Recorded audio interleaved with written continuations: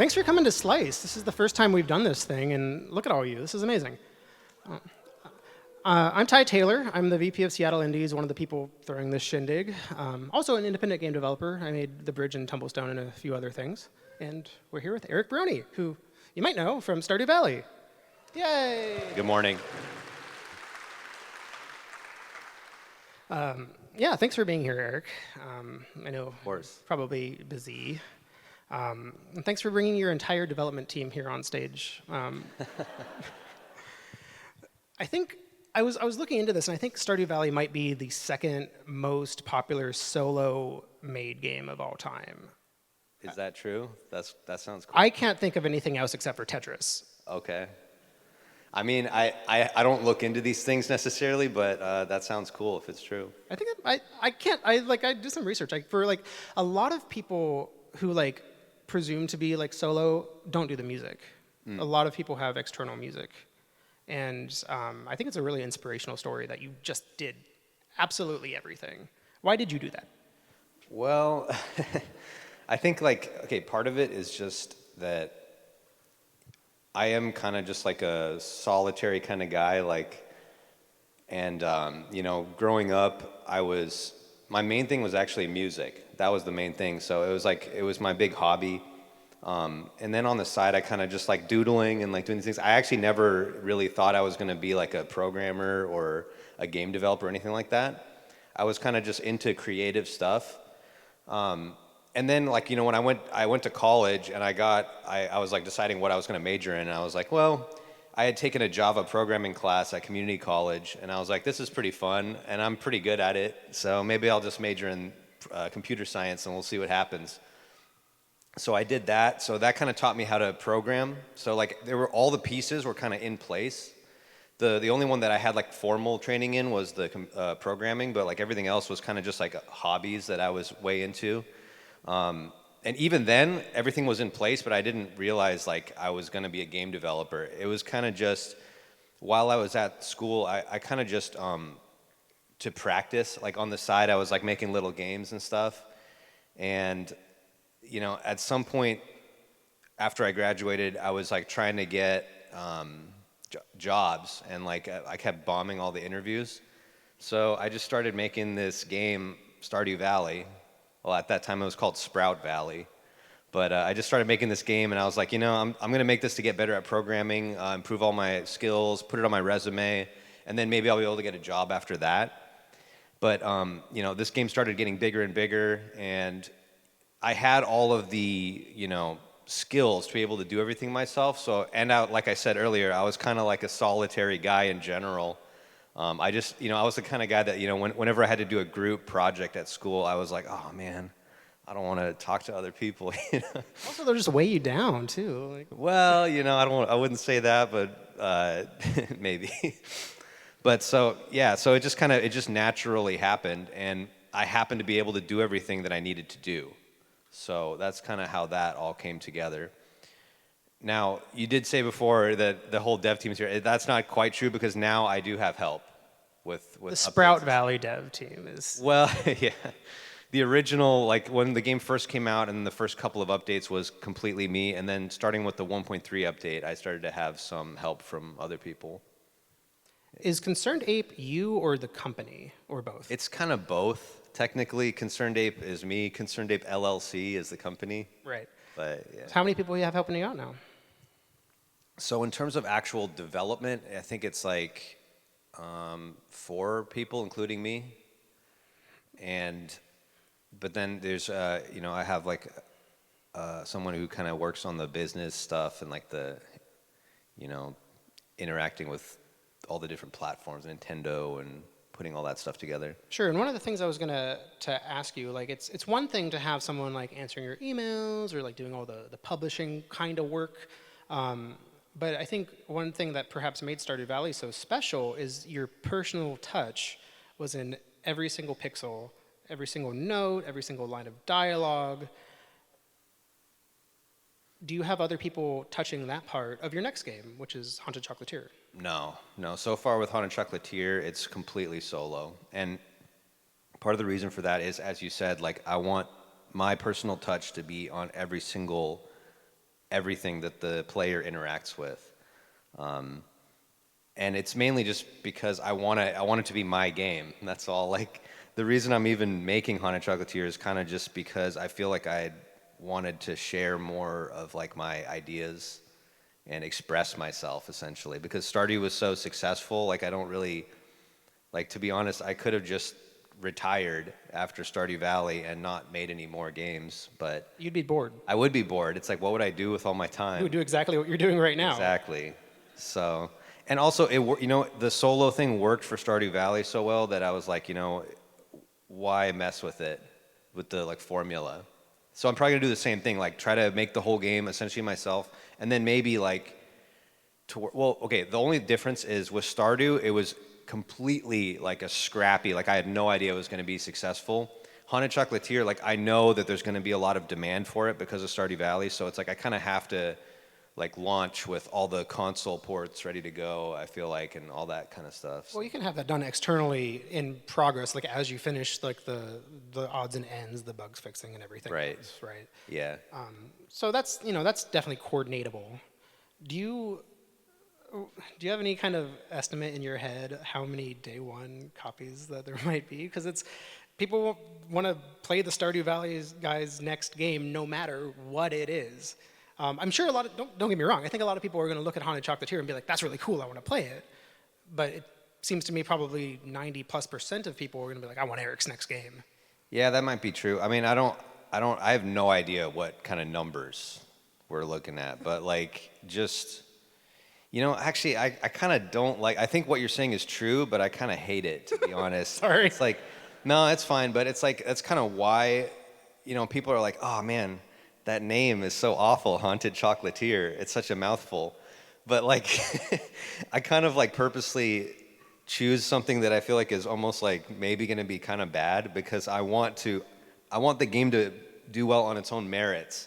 It's like it's not called Stardew Valley 2. It's something completely different. Obviously the game looks kind of like Stardew. I get it. Well, it's your style, right? Why Yeah. change if you Right. you know what you know? Yeah.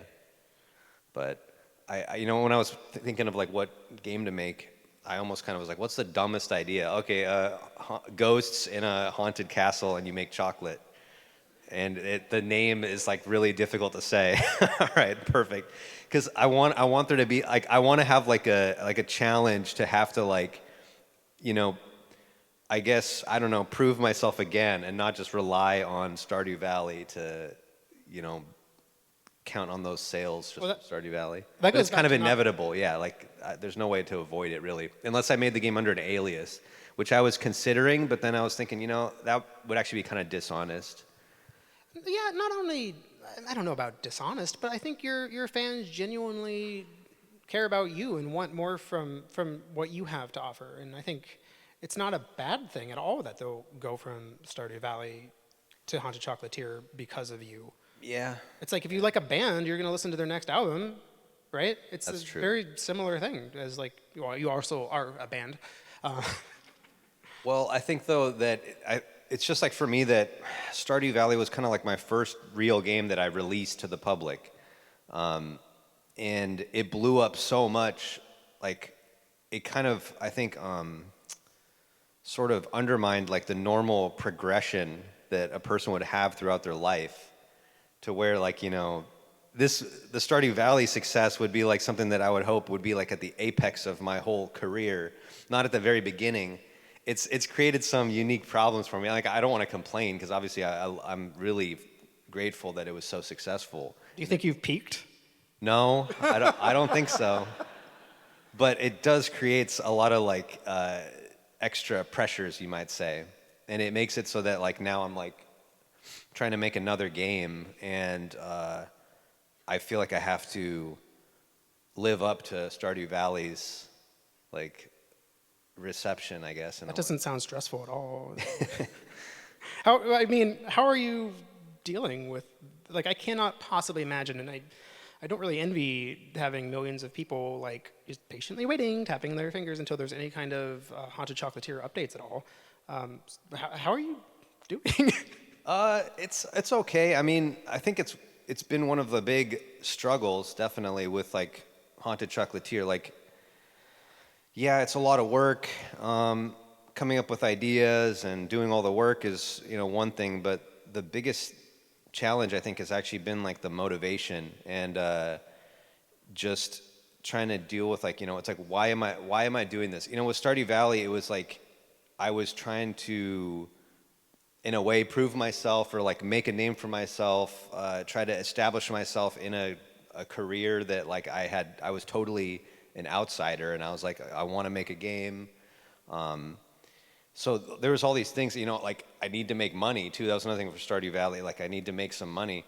So it's like there's all these things that are kind of like much more direct motivators for that, and that really kept me like focused. Like whenever I was like thinking I would waste time doing something else, I'd be like, no, I got to do this. There's all these important. Now with Haunted Chocolatier, it's like the motivators are really much more like abstract and ethereal. They're kind of like, oh, I want to express myself or like things like that, they're just, I think people are way more motivated when there's like a, metaphorical, someone's cracking the whip on you, I guess, right? Like, so when there's like, and that could be, I need money, I need to survive, or things like that. With Haunted Chocolatier, it's like, yeah, like I want to express myself, which is like, So fan service doesn't play into it. yeah, to a degree. Yeah, I mean, that's true. Like, people, well, now at this point, now that I've announced the game, people are excited for it, and so I've kind of created that pressure where people are now expecting it, and they're like, why is it taking so long? Do you regret announcing it? A little bit, yeah. But I had some reasons for that. Like the reason why I announced it so early was because there was another game which I won't mention, which a lot of people thought was my second game, and like there was so much like misinformation out there about that I was like, I need to like correct this narrative, and the only way to really do that was to announce what my new game is, and that it's not this other game, which I won't mention. So. It's unfortunate that your hand was forced and now put you in a possibly stressful situation. Yeah, But yeah. on the other side of the coin, it does give your fans something to look forward to. There's no question of what you're working on. It does, and it does create a pressure for myself, which I think was good in a way. Like I said, like I feel like you need pressure, actually, and that created a pressure for me. So it's like, sometimes when I'm feeling unmotivated, I'm like, I go look at comments, and people are like, what's taking so long? We want to play this game. So that motivates me to keep going. I have a game design question. I've looked up some of the things you said about Haunted Chocolatier, and it seems like you're just making chocolate based off vibes. Yeah, that's true. How do you program that? How do you program vibes? Well, okay. So I think you're referring to this, like, I did an interview, I was talking about intuitive chocolate making. That's the one. Right. Or you can explain what that means too for people who don't know. Well, I think, so at that time when I did that interview, I was really like thinking a lot about just the intuition and the power of intuition. And I feel like in games, a lot of the times, everything is like formulaic. And you kind of have to do that because the medium is like, it's a mechanical system at its core. Like a human being has an intuition, but a computer doesn't. It's really just a mechanical box.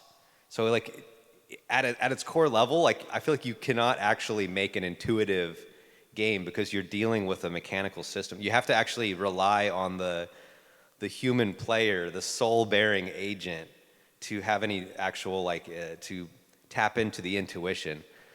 So I was thinking about this when I was like, how to design intuitive. Like I wanted to make chocolate making, which wasn't just like you have a formula and you follow this formula. It's very mechanical. I wanted to have something that relied on the like intuition, so you might not even know what you're going to get necessarily.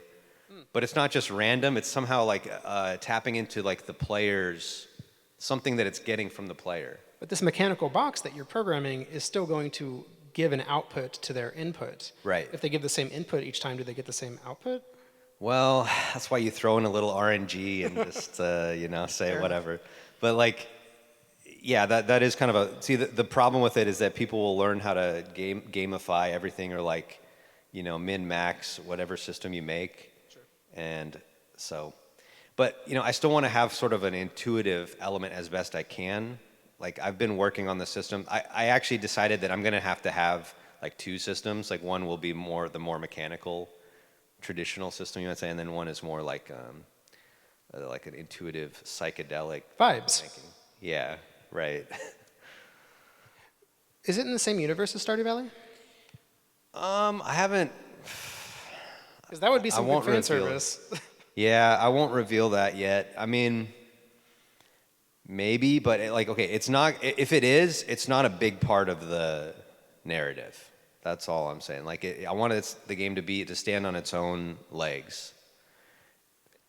I mean, not even from a business perspective, but just from like a players who love Stardew Valley perspective. A lot of people might love to like take their character that they've put hundreds of hours into in Stardew Valley, and based off of the save system or something, like see them show up in Haunted Chocolatier. Yeah, Just as a suggestion. No, I mean, yeah, people would love that, but I don't know if I want to do it. See, like again, it's because I said like I don't want it to be like, oh, it's just Stardew Valley 2.0 with a new name on it.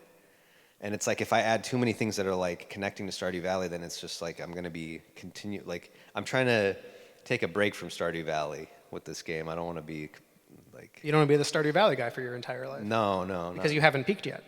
Yeah, there you go. Exactly. So you're not concerned about the timeline of when it comes out yourself personally. It could be. I'm concerned.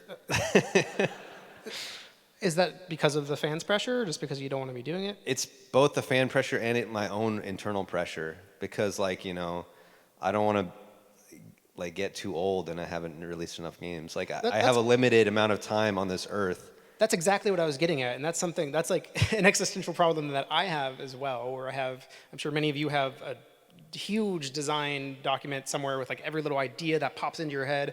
My Google Doc is like 50 pages, and one thing that haunts me is that I will definitely die before I'm able to finish all of them. You're in a position where you could staff up a team of 20, 30 incredible people, and you can jump into meetings and be like, I know these pixels should be this way, or it should move a little faster, and your word is law. You could do that, and by doing that, you could convert money into time effectively. Mm-hmm. Why don't you? Well, I think for a few reasons. One of the big reasons is I just don't want to be like a manager. You could find a studio manager who does the managing. You can find a COO. Maybe that would be cool. The thing is, I don't know how to put that together. Like, I'm not a business-oriented, really minded guy. So I'd have to like find someone to do the. But it's like I don't know. I don't even know where to find the first step. But it's like, and I'm not gonna just the way I like.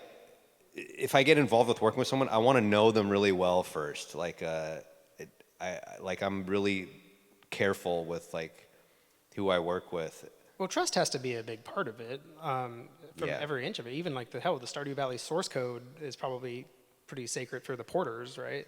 Because you don't want that leaked, and even the creative input, I imagine you want to make sure they're extremely competent people. If there is, well, that's true. Yeah. Everyone, I mean, they got to be competent, but I think like the even bigger is like I got to have a good rapport. Like I need to feel like comfortable with them, like on a human level. That's like number one. And then number two is like, are they good at what they do? But one thing about the source code is like, it's actually, I didn't obfuscate the code or anything. So people have decompiled it and basically look at the entire source code. Oh, fair enough. So it's like, it's already basically open source. Oh, fair enough. But yeah, okay, so the one reason is like that, but another reason is like something you mentioned earlier about the like personal touch. Like I feel like I just have a feeling that if I had a team of 30 people, I would just be farther removed from the process. And I feel like it doesn't necessarily mean the game's not gonna be good or anything, and it wouldn't have the personal touches of a bunch of people, and it could be a soulful, wonderful game. It's just that really, I want to have my personal touch on it. It's just like a personal thing. Like the reason why I'm still doing this is because I want to express myself and put myself out in the world through this medium of video games. That makes perfect sense.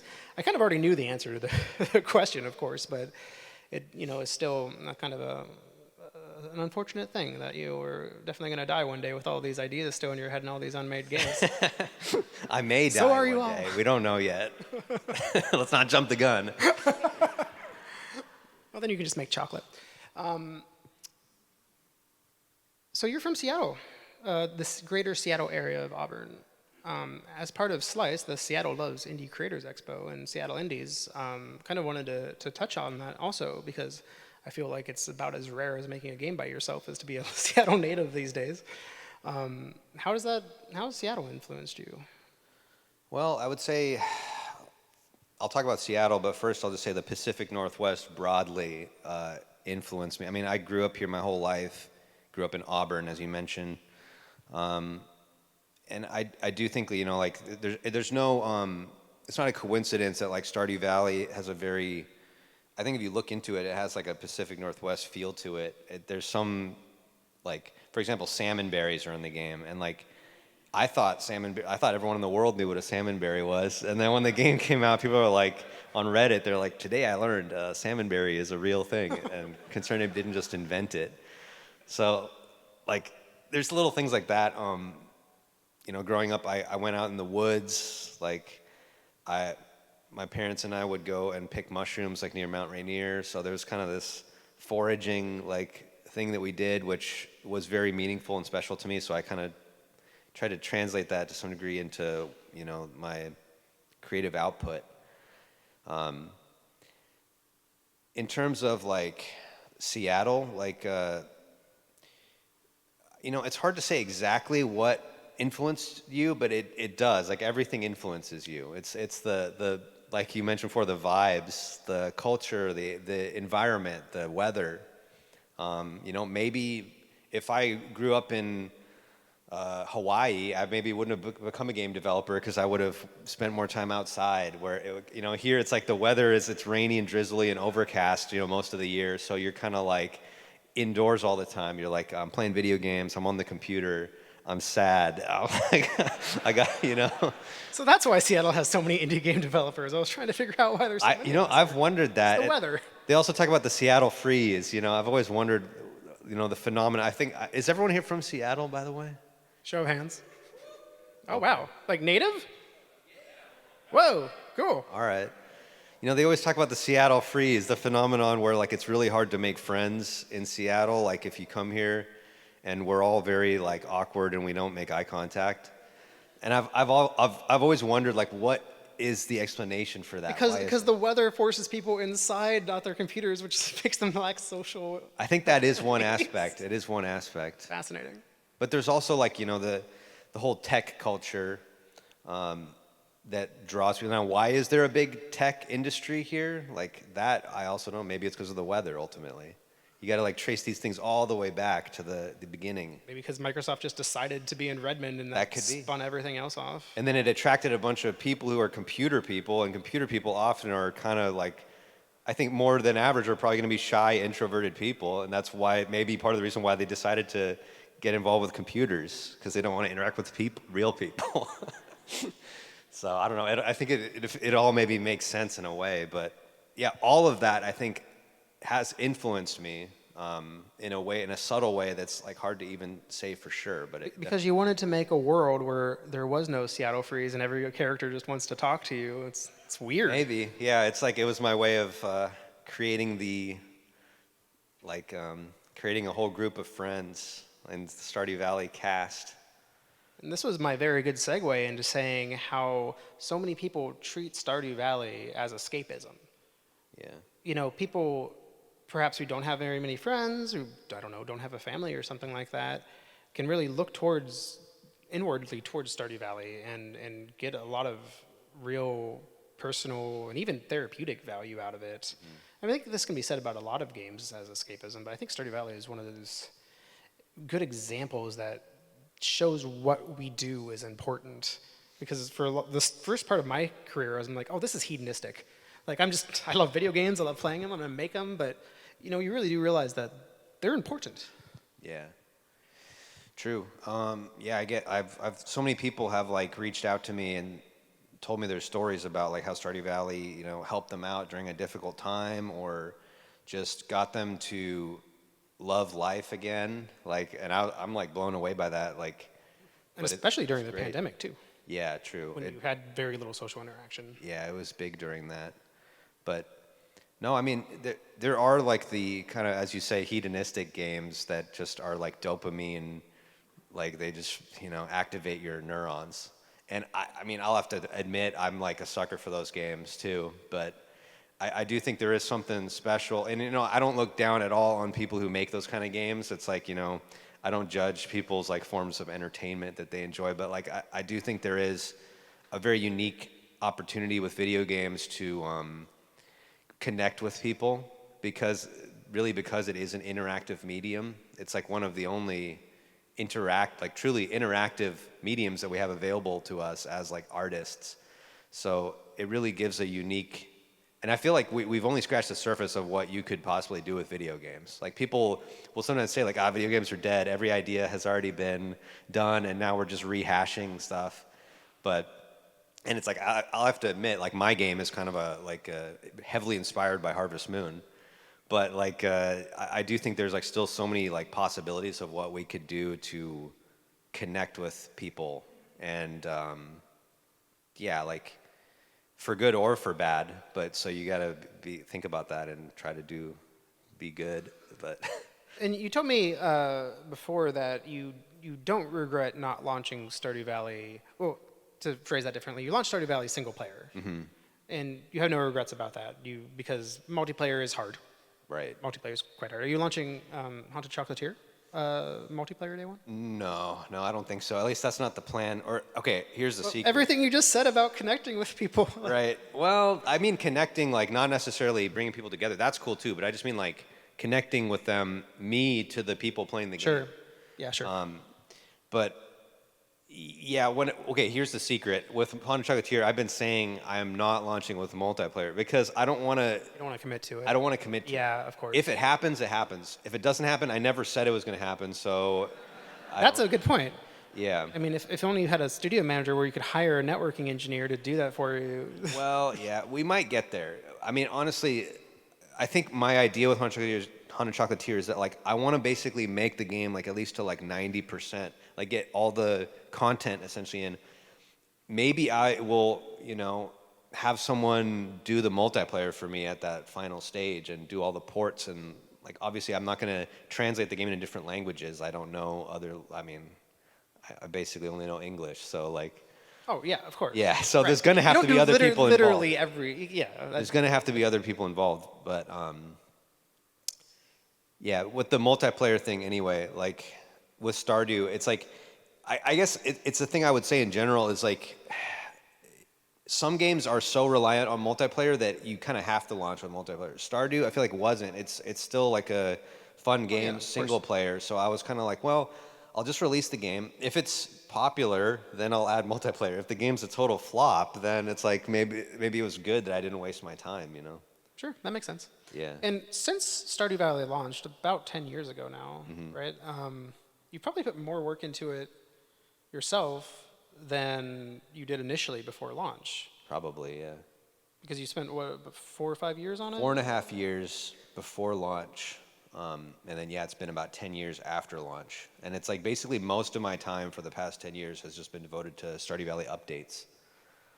That's incredible just to have that kind of following. Like, how many hours a week do you work?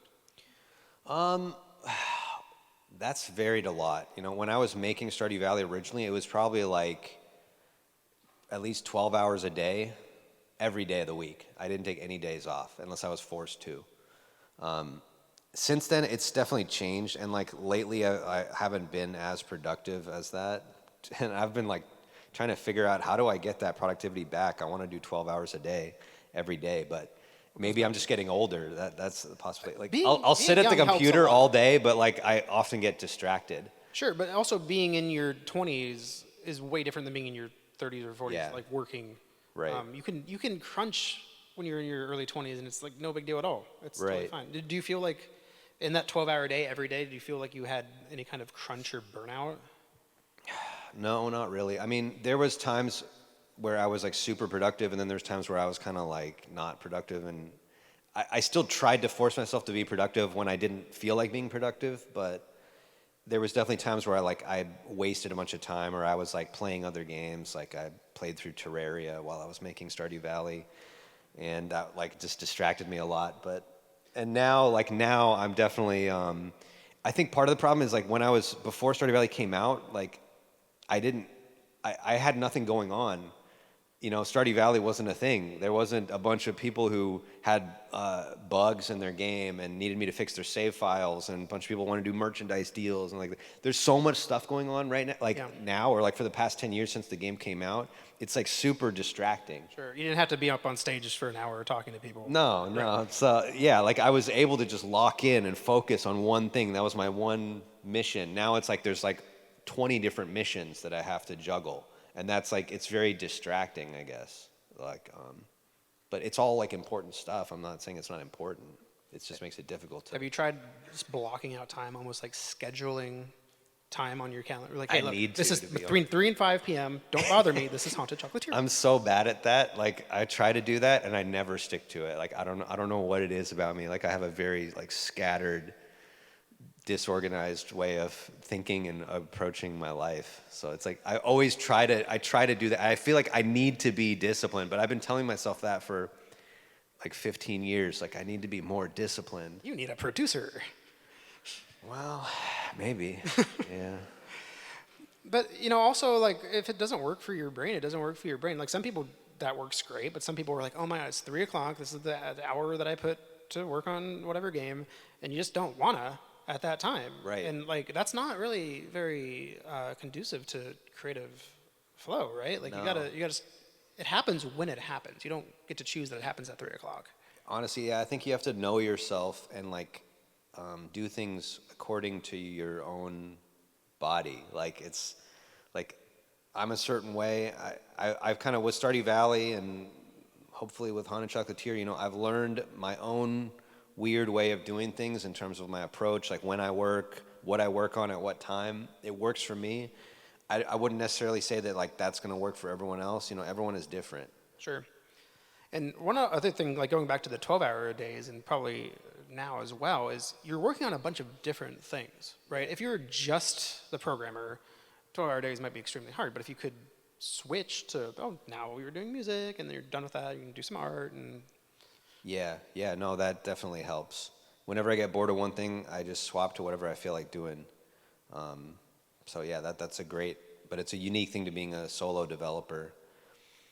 I guess a lot of indie teams are like small. It's like small enough. A couple people, and everyone's doing multiple things. Right.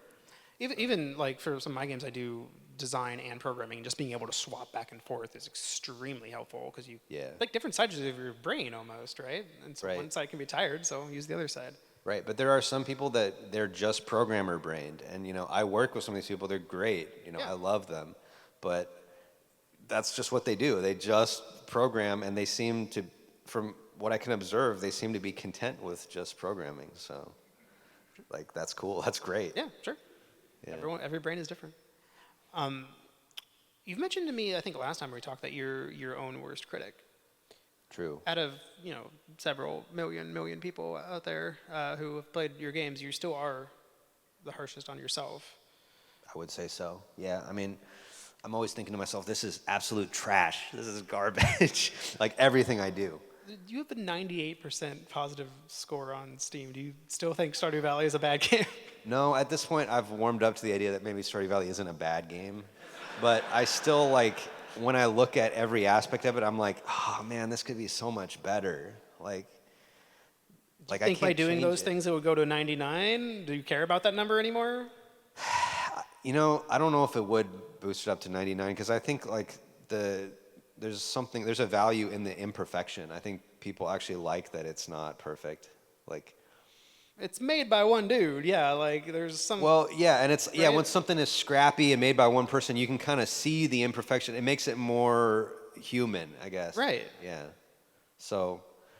But you still look at those and you notice them. Yeah. I still notice all the the pixel art could be so much better. Like, why did I do it like this? Like, and I think part of the thing is like I'm always trying to improve, and I feel like I always am improving. Like, I think my pixel art has gotten better in the past 15 years. My programming has gotten better. My writing has gotten better. So like when I look back at Stardew Valley, I'm like, ugh, Sure. This is not, this is not where I'm at now for most things, but like, that's fine. I think it's good. I'm glad that that's how I feel because to me it feels like I'm still growing, right? Like I never, if I felt like, oh, I'm done, I've hit my peak, then to me that's depressing. I never want that to happen. Yeah, of course. Yeah. So kind of along the same lines, what made you decide that, I'll call it Stardew Valley 1.0, the initial launch, the initial public launch, what made you decide that it was done enough? That was kind of a difficult decision. I think it was just, and I could have kept working on it forever, like as You did work on it for 10 more years. Yeah, as evidence, I'm still working on Stardew Valley 10 years later. But I think at some point I was just like, I gotta release this, like for my own sanity, if nothing else. And so I was just like, at some point I just literally cut myself off. I was like, okay, at this point forward, I'm just gonna polish what is already in the game. I'm not adding new stuff.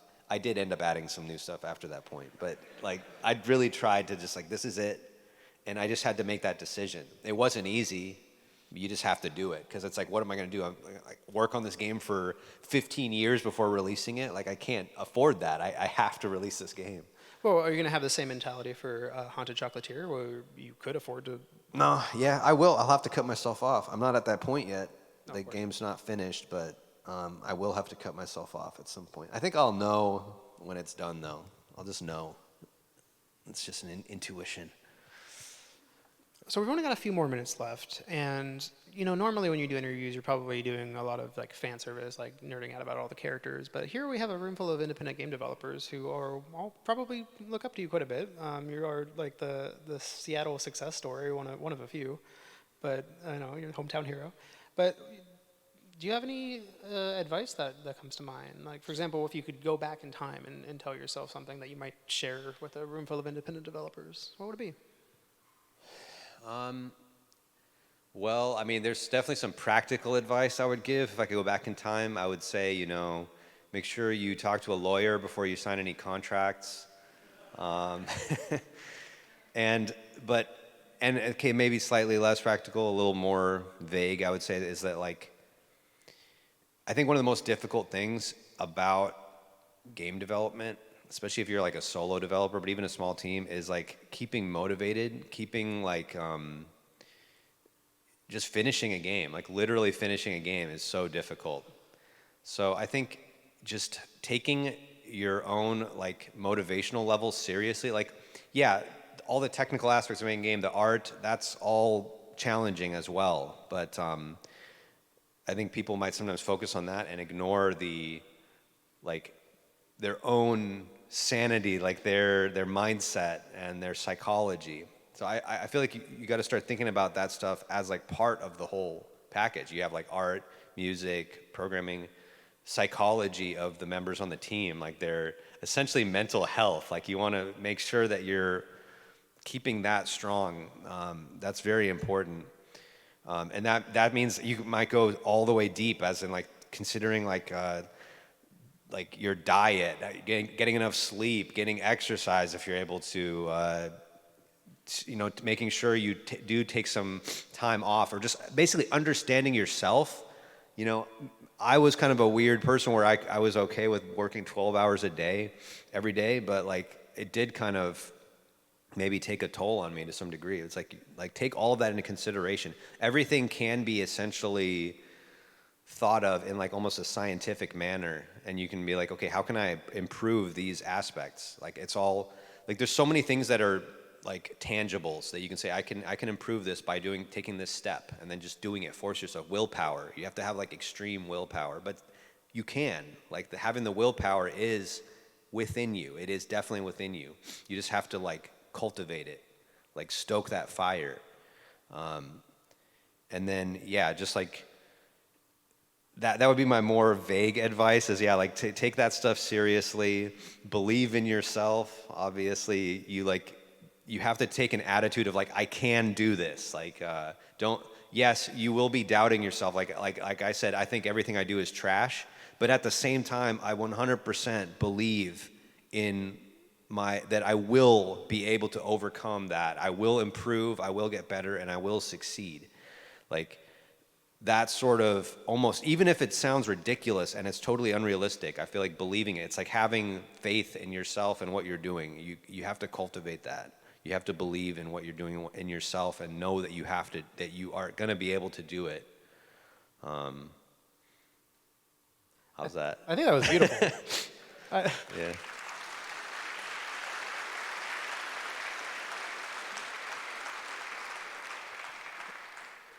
It's also easy to forget all of that. You need to watch this video every month and listen to Eric's words over and over again, because when you're making a game, it's so easy to lose yourself completely and crunch. And True. if you crunch and you burn out, you are wasting so much more time in that burnout than you would have saved by trying to crunch.